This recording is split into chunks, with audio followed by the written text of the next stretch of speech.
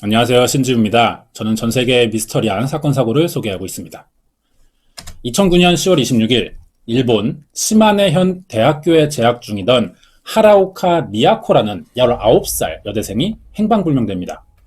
사건 당일엔 수업에 출석했고 오후 4시 30분에 학교 근처인 하마다시 미나토마치의 쇼핑몰에 갑니다. 아이스크림 파는 아르바이트 일을 했었거든요. 그리고 약 5시간 뒤인 9시 15분에 퇴근하는 모습도 CCTV에 찍혔어요. 그런데 기숙사로 돌아오진 않은 겁니다. 퇴근할 때 같이 일하는 2명과 아이스크림 가게에서 나왔어요. 하지만 집으로 가는 길이 달라서 미야코가 어디로 갔는지는 모른다고 하죠. 미야코는 가게에서 나온 쓰레기를 버리는 일까지 모두 마쳐야 그날 일이 끝나는 겁니다. 봉투를 들고 나왔다 그래요. 하지만 이 봉투가 어디서도 발견되지는 않았다는 거죠. 미야코가 사는 기숙사는 아이스크림 가게와 걸어서 이동이 충분한 2km 정도의 짧은 거리였습니다. 기숙사로 가는 길은 차 한 대만 드나들 정도로 좁고 외진 장소예요. CCTV나 가로등도 설치되지 않아서 밤에는 인적이 드물다고 합니다. 주변 주민들도 위험한 장소라며 잘 가지 않는 지역이라고 하는데요. 미야코도 매일 이런 장소를 오가면서 이 아르바이트 일이 위험할 수 있겠다는 생각을 했어요. 그래서 사라지기 이틀 뒤에 일을 그만두려고 했던 겁니다. 미야코가 기숙사로 돌아오지 않죠. 그러자 실종 신고가 접수됐고 경찰은 피해자의 안전을 위해 비밀 수사를 진행했어요. 그런데 며칠이 지나도 피해자의 물품이나 목격자가 전혀 나타나지 않는 겁니다. 하는 수 없이 공개 수사로 전환해야 되죠. 미야코를 본 적이 있거나 사건에 대해 들어본 사람들이 있는지 제보를 받기 시작했어요. 그러자 열흘 만에 30건이나 되는 제보들이 도착합니다. 그중 사건 해결에 도움이 될 만한 단서는 한 가지가 있었어요. 택시기사의 제보였는데요. 10월 29일 오후 9시 반쯤 미야코가 일하는 곳 근처에서 손님을 기다리고 있었는데 낯선 남성 2명을 따라가는 여성이 있었다고 합니다. 이 여성의 인상착의가 미야코와 비슷하다고 했어요. 경찰은 이 여성의 행방을 찾아야 했습니다. 그러다 사건 열흘째인 11월 6일 사라진 곳과 차로 1시간 거리의 히로시마현 히가시하치만바라 가류산에서 버섯을 따던 남성이 수상한 물체를 봤다는 신고가 들어옵니다. 가까이서 보니까 이게 여성의 머리였던 거죠. 출동한 경찰이 다른 신체 부위도 찾으려고 했는데 나오지 않았어요. 자, 그럼 이 산에서 발견된 여성은 누구일까요? 그리고 왜 사망한 채 발견된 걸까요? 머리만 발견된 것을 봐선 살인사건이 유력해 보이죠. 어떤 사건이었는지 알아보겠습니다. 이 자세한 이야기가 궁금하시면 구독과 좋아요 부탁드립니다. 자세한 원인과 여성의 신원을 알기 위해 발견된 머리는 부검에 들어갑니다. 피해자 목엔 흉기로 절단된 상처가 있었고 얼굴은 심하게 맞은 흔적이 있었어요. 이 여성의 정체는 과연 누구일까요?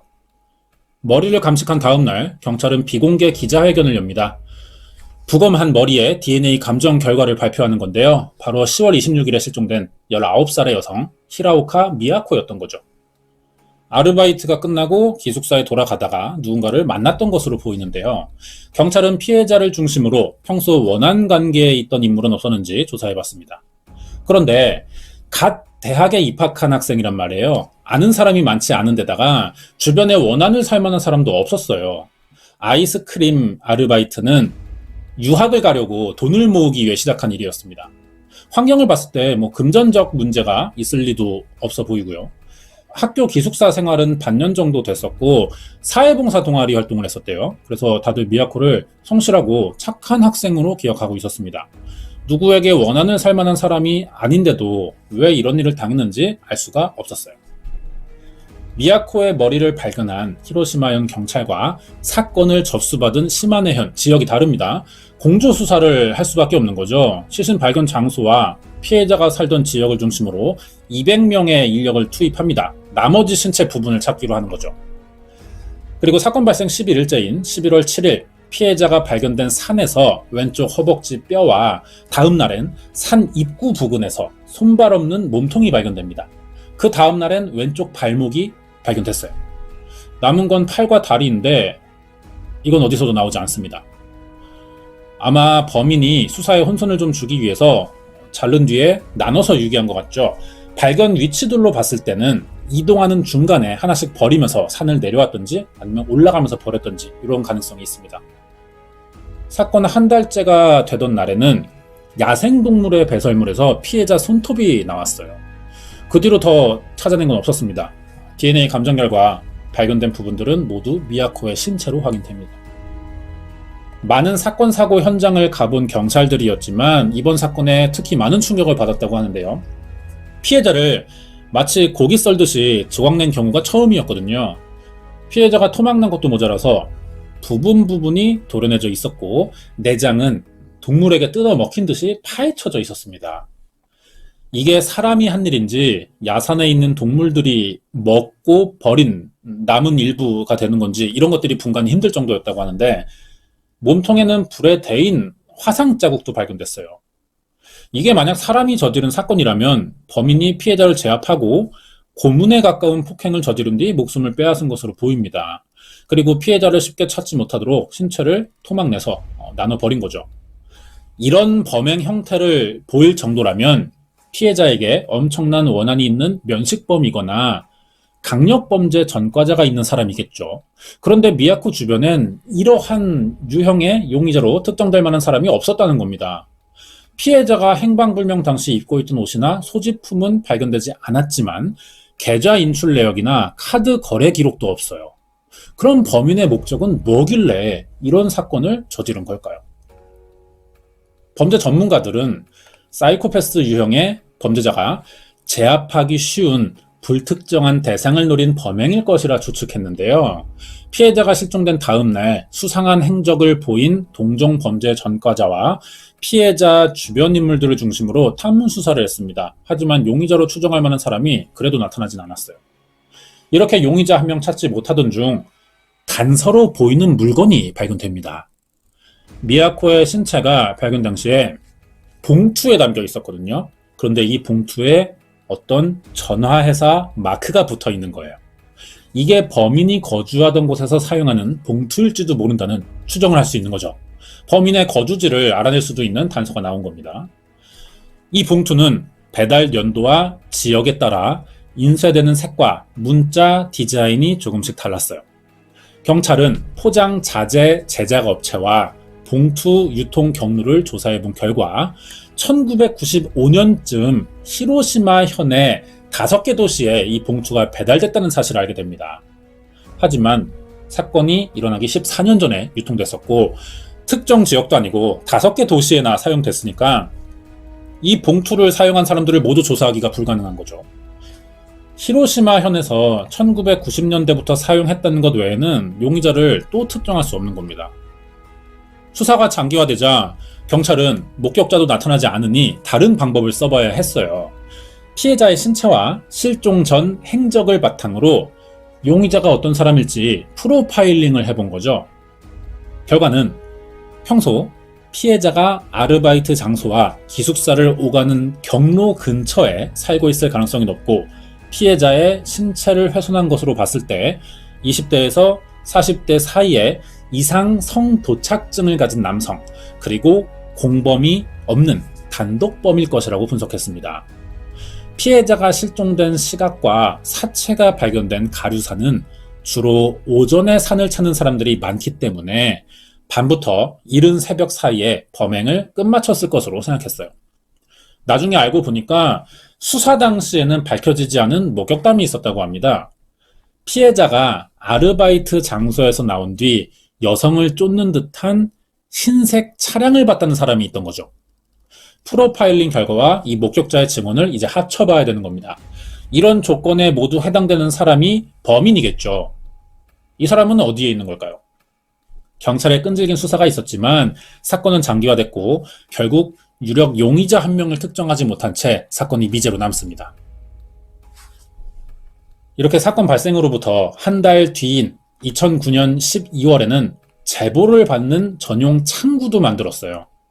용의자를 잡는데 결정적인 제보를 하는 사람에게 포상금을 수여하겠다는 조건도 걸었습니다. 경찰 본부에서도 범인을 꼭 잡아 사건을 해결하겠다는 수사 의지를 보였지만 막상 아무런 진전을 보이지 못했죠. 그리고 2012년 10월 26일 피해자가 실종된 지 3년째가 되는 날이 왔습니다. 사체 유기법에 따른 공소시효가 만료되는 날이었어요. 이렇게 되면 범인을 찾아도 구속하거나 재판을 받을 수 없게 될 겁니다. 그러자 경찰은 이 사건의 공소시효를 폐지해요. 그리고 용의자를 끝까지 수사해 검거하겠다고 밝혔습니다. 경찰이 굉장히 많은 노력을 보인 사건이에요. 하지만 2015년까지 용의자 한 명을 찾지 못했습니다. 아무리 수사 의지가 있다 해도 사건이 장기화되면 경찰도 사람인지라 지칠 수밖에 없는 거죠. 이 사건 외에도 오늘 당장 다른 강력 사건들은 일어나기 때문에 한 사건에만 계속 매달릴 수만 없기도 하고요. 그럼 이때 미야코의 가족들 생각해봐야겠죠. 심정이 어떨까요? 범인을 잡지 못해 고통스러운 하루를 보내고 있었습니다. 반드시 범인을 검거하겠다는 경찰의 발표도 잘 알고 있었어요. 하지만 용의자의 몽타주도 만들지 못했고 비슷한 사람을 봤다는 제보도 없이 시간만 지나가는 상황이 굉장히 원망스러웠다고 하는데요. 피해자와 알고 지내던 대학교 친구들은 어떨까요? 사건이 일어나기 전부터 같은 대학에 다니던 여학생은 미야코가 행방불명되기 며칠 전 학교 앞 버스 정류장에서 차를 탄 남성 2명이 말을 걸어왔었다고 합니다. 택시기사의 증언과 비슷한 내용이죠. 말로 표현하기 힘든 수상함에 그 당시 거절했지만 그 이후부터 밤만 되면 무서워서 혼자 밖에 나가기 힘들다는 증언을 했었거든요. 대학에서도 기자회견을 열어 공식 입장을 밝힙니다. 이런 참혹한 사건이 일어나 애통함에 견딜 수 없다. 피해자는 꿈을 실현하기 위해 열심히 노력하던 성실한 학생이었으나 범인에게 억울하게 끊어진 목숨을 생각하면 가슴이 찢어진다. 이렇게 밝혔는데요. 피해자를 매일 봐오던 사람이 또 있죠. 아이스크림 가게 점장인데 봄부터 지각이나 별근 없이 성실하게 일해온 가게의 1등 공신이었다. 이런 말을 했습니다. 이런 사건의 피해자가 목숨을 잃게 되면은 유가족도 그렇지만 지내던 주변 일들도 좀 괴롭기가 마찬가지겠죠. 사건 발생한 지 5년이 넘고 있었어요. 그래도 범인을 못 찾는 상황이 길어지자 어쩔 수 없는 상황인 겁니다. 사람들이 점점 이 사건을 잊어가게 되는 거죠. 그럼 사건은 아직 해결되지 못했고 지금은 어떨까요? 2015년 때 일이었으니까 지금도 장기로 남아있겠냐 이런 거 궁금하시죠? 경찰의 새로운 발표가 있었다고 합니다. 이 부분을 한번 알아볼게요. 2016년 12월 17일이 됩니다. 그동안 사건 수사 내용을 공개하지 않던 경찰은 7년 만에 어떤 인물을 용의자로 확정했다며 그동안의 수사 내용 일부를 공개했습니다. 피해자가 발견된 곳과 마지막으로 행방불명된 장소를 아무리 수사해봤지만 단서가 나오지 않자 이 범위를 좀 넓혀본 거죠. 인근 도시에 비슷한 범죄 전력이 있는 전과자들을 수사해봤습니다.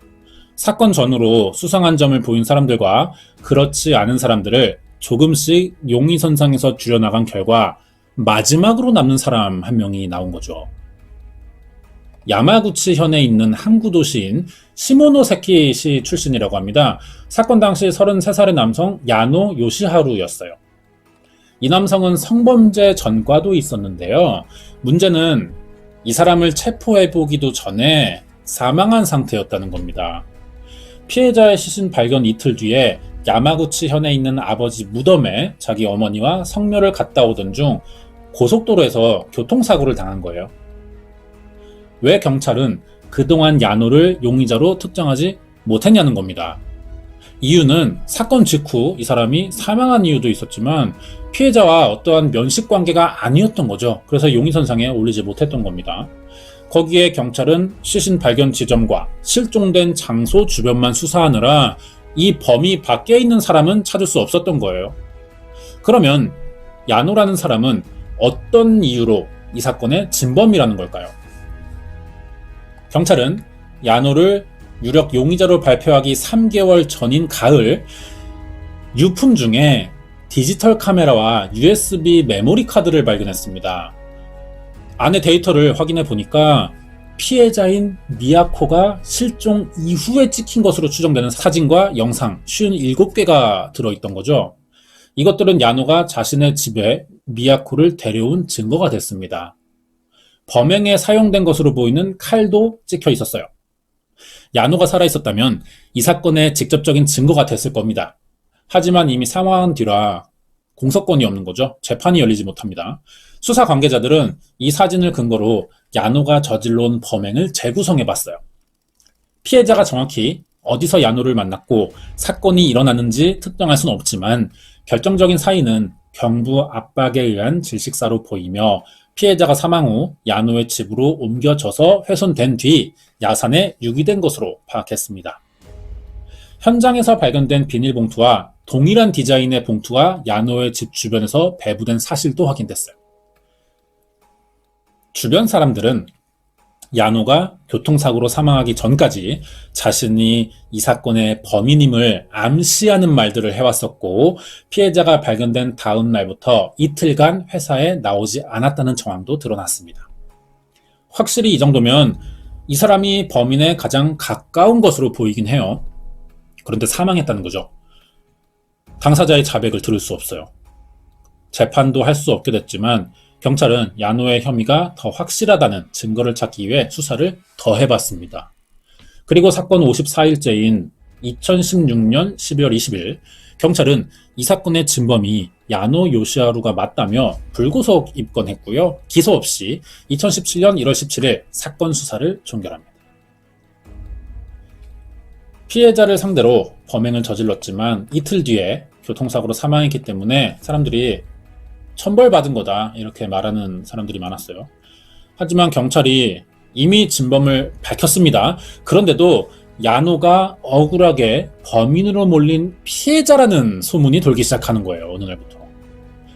일본은 검사의 권한이 막강합니다. 그러다 보니까 증거가 충분하지 않는데도 검사의 기소가 있으면 실형이 나오는 경우가 굉장히 많아요. 이때 검사의 잘못된 판단이 있었다면 죄 없는 사람인데도 범인으로 몰리는 경우가 많습니다. 거의 확정적이에요. 검사가 기소하는 순간. 이런 식으로 야노가 엔자이의 피해자라는 이야기가 나왔던 건데요. 사실 모든 사람의 의견이 다 같을 수는 없겠죠. 그런데 왜 이런 음모론이 인터넷에 퍼졌냐는 겁니다. 나름의 합리적인 근거 제시가 있었기 때문에 여기에 동의하는 사람들이 많았던 거라 생각되는데요. 야노가 사건의 진범이라며 경찰이 제시한 결정적인 증거는 그 디지털 카메라로 촬영된 피해자의 사진들이었습니다. 그런데 경찰이 이 사진을 한 번도 공개한 적이 없어요. 유가족에게 더 큰 고통을 줄 수 있다는 점과 사건이 잔인하기 때문에 이 파장을 좀 고려했을 수도 있는 거죠.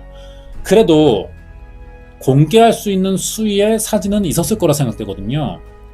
잔인한 장면이 있었으면 일부를 좀 가리고 보여줄 수도 있을 텐데 한 장도 보여준 적이 없습니다. 이런 점에서 경찰이 가짜 증거를 만들어 죄 없는 사람을 범인으로 몬 것이 아니냐는 의견이 생길 수밖에 없는 거예요. 죽은 사람이 알고 보니 범인이었단 말은 어떻게 보면 너무 속편한 결과가 되거든요. 사망한 사람이니까 변호 과정도 필요 없는 거고 살아있는 사람들의 결정으로 모든 결과가 생기는 겁니다. 사건을 빠르고 쉽게 처리하려고 증거를 조작한 것은 아닌가 이런 생각을 할 수밖에 없는 거죠. 여기서 경찰의 입장을 반대로 한번 생각해 볼게요. 이 범행 증거가 되는 사진을 왜 공개하지 않냐? 이유는 나라의 정서에 따른 판단이 아니었나 이렇게 생각되거든요. 우리나라도 공중파에서 살인사건 보도하지 않습니다. 90년대랑 달라요. 모방범죄나 사회적인 불안감 조성을 좀 고려하자는 의도 때문인 건데 이게 범행 사진을 유가족에게 공개해봐야 좋을 게 없다고 생각하는 게 아닌가 이런 생각도 들어요. 가족에게 큰일이 생겼을 경우에 남은 유가족이 정신적 충격으로 쓰러지거나 결국에는 극단적 선택도 하거나 가족이 흩어져 살게 되거나 이런 경우들 들어보신 적 있을 겁니다. 좀 이런 상황이 생길 수도 있다 보니까 좀 조심하는 것 같기도 하고요. 미국이나 유럽의 경우는 조사 서류와 피해자 사진을 많이 공개하는 편입니다. 그래서 외국 사이트 보면은 일반인의 개인 블로그인데도 살인사건, 강력사건, 증거, 범인 사진, 신체 사진 이런 거 다 공개돼 있거든요. 일본은 그렇지 않다는 거죠. 그리고 어떤 사건이든지 경찰이 대중에 직접 범행 사진을 공개하지는 않습니다. 그럴 의무가 없는 거예요. 우리가 직접 찾아서 인터넷에 공개할 수는 있습니다. 이걸 대신하는 게 우리가 잘 아는 그것이 알고 싶다 같은 사건 보도 프로인 거죠. 우리를 대신해서 방송국이 취재를 하고 방송국에서 밝혀낸 입수한 그런 자료 사진들이 TV로 공개되는 겁니다. 경찰이 증거로 제시한 사진이 공개되지 않았다는 것 외에도 아무리 야노가 성범죄 전과가 있는 사람이라지만 갑자기 피해자의 목숨을 빼앗고 시신을 훼손했다는 정황은 납득하기 어렵다는 의견도 있었어요. 피해자가 스너프 필름을 제작하는 사람들에게 사실은 당했던 것이고 이 사람들이 야노에게 죄를 뒤집어 씌운 건 아니냐 이런 주장도 있었거든요. 그런데 이거는 근거가 하나도 없어요. 이런 주장은 사실 누구나 할 수 있는 말이거든요. 수사 권한이 없이 알려진 정보에 한정돼 있는 일반인들의 추측성 음모론이기 때문에 신빙성이 없는 겁니다. 이런 말들이. 경찰이 사건 자료를 공개하지 않았다는 점에서 답답함을 느낄 수는 있죠. 하지만 어렵게 밝혀낸 진범이 누명을 썼다는 주장을 하려면 말로만 할 게 아니라 증거를 보여줘야 되는 겁니다. 이런 음모론들이 있었지만 바뀌는 건 없었어요. 사건은 이렇게 종결됩니다. 2017년 3월 16일에 경찰은 용의자를 특정하는데 결정적 제보를 한 사람 3명에게 현상금을 지급했어요. 정보 제공자의 신상 정보 보호를 위해 신원은 밝히지 않았습니다. 그러자 사람들은 이 정보 제공자들을 궁금해하기 시작했고요. 이 3명 중에 범인이라고 밝혀진 야노의 친동생이 있는 것 같다는 추측도 한번 해봤거든요. 야노가 진범으로 밝혀진 뒤에 동생이 운영하는 가게를 닫고 잠적했기 때문이에요. 야노가 사건의 범인인 걸 알고 경찰에 정보를 제공했지만 피해자와 유가족에게 죄책감이 생겨서 떳떳하게 장사할 수 없었을 거라는 이유에서였습니다. 그런데 이것도 확인은 되지 않죠. 자세한 이유는 이 당사자 동생이나 경찰만 알 겁니다. 야노의 동생이 실제 제보자 중 한 명이었어도 분명한 거는 사건과 관련 없는 사람이라는 거죠. 공범도 아니고 방조하지도 않았는데 가족이라는 이유로 또 다른 피해를 입어서는 안 되는 겁니다. 욕먹을 이유가 없는 사람이죠. 아쉽게 범인이 사망했어요. 그래서 죄를 물을 수는 없게 됐지만 그래도 진범은 특정됐습니다. 그렇게 피해자나 가족의 억울함을 어느 정도는 좀 풀어준 사건이었던 것 같아요. 사건을 완벽하게 해결한 건 아니죠. 범인이 죽기 전에 잡았어야 하는데 그러지 못했으니까. 하지만 어느 정도 경찰이 좀 부담감은 덜지 않았을까 이렇게 생각됩니다. 준비한 내용은 여기까지고요. 끝까지 봐주셔서 감사드립니다. 이번 이야기는 2009년 일본 시마네 현에서 일어난 여대생 사체 유기 사건 파일이었습니다.